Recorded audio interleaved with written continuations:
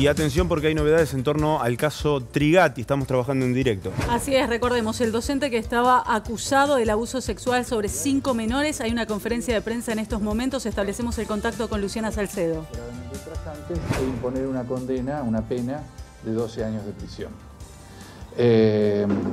Respecto del contenido del fallo al que hemos accedido en el día de ayer, el mismo es crítico respecto de la determinación que había tenido el Tribunal de Primera Instancia de absolver, fundamentalmente por el razonamiento seguido en cuanto al análisis e interpretación de las voces de las niñas que fueron víctimas de los hechos y de cómo había insistido en la insinuación relativa a que sus discursos habían sido inoculados por terceras personas, fundamentalmente por los mayores, a través de una interpretación por un mecanismo técnico, metodológico que el Tribunal de Alzada entendió que era inadecuado para este análisis, que es un método ajeno a la ciencia forense y a la ciencia jurídica.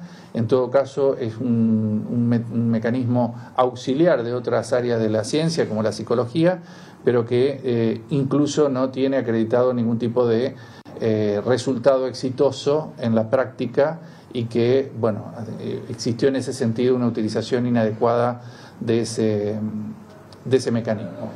¿Se presentaron nuevas pruebas o todo el fallo nuevo condenatorio en este momento es sobre la base de las pruebas que ya se habían presentado al principio? No,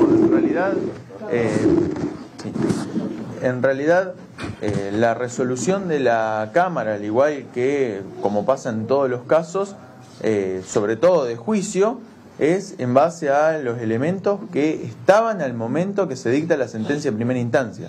Lo que se hace es una evaluación teniendo en cuenta los mismos elementos y la pregunta que respondería es si los jueces de primera instancia valoraron correctamente y en base a los criterios de la razonabilidad la prueba que estaba presente ya en la causa. Y en este caso, bueno, llegan a la conclusión de que, como ya lo dijo el fiscal regional, claramente la valoración fue incorrecta y utilizaron metodologías y mecanismos, además de otras referencias que hacen, tergiversación de los dichos de testigos en particular, que llevan al tribunal de baja instancia una conclusión que claramente es incorrecta y por tanto tienen que revocarla. ¿Y por qué cree esto?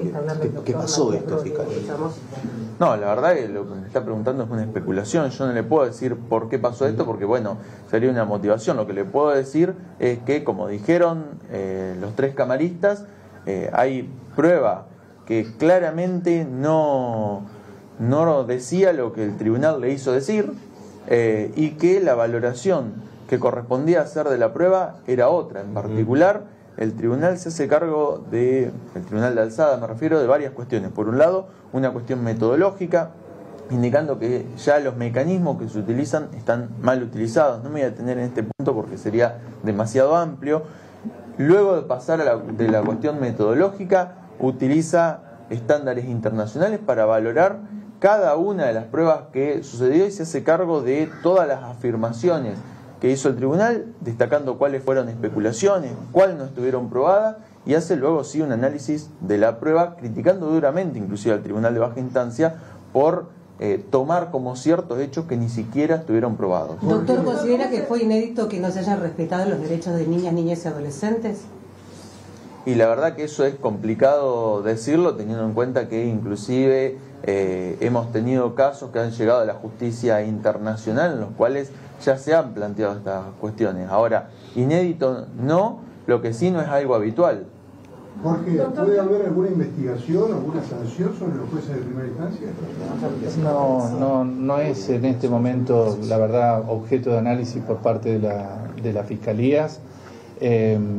Nosotros estamos hoy analizando el contenido del fallo, pero fundamentalmente en cuanto a lo que representa la causa en sí, la causa penal. No hemos hecho referencia ni la vamos a hacer respecto de los jueces en particular. Entendemos que lo que resolvió el Tribunal de Alzada es revocar una sentencia que entendió que era incorrecta, que era un razonamiento inadecuado el que se había seguido, pero eso no hace mella en principio, al menos en la responsabilidad de los magistrados. Nosotros tenemos que tener en cuenta que el juego dinámico de la justicia y del proceso penal, y digo juego en el mejor sentido de la palabra, tiene que ver con esto. Así como en su momento fuimos prudentes cuando tuvimos que afrontar una sentencia absolutoria y precisamente referimos que es parte de lo que puede ocurrir en un proceso penal y que precisamente es lo que además valida la gran cantidad de sentencias condenatorias, que son más del 90%, por la existencia de alguna oportunidad en que el tribunal no le dé la razón a la acusación.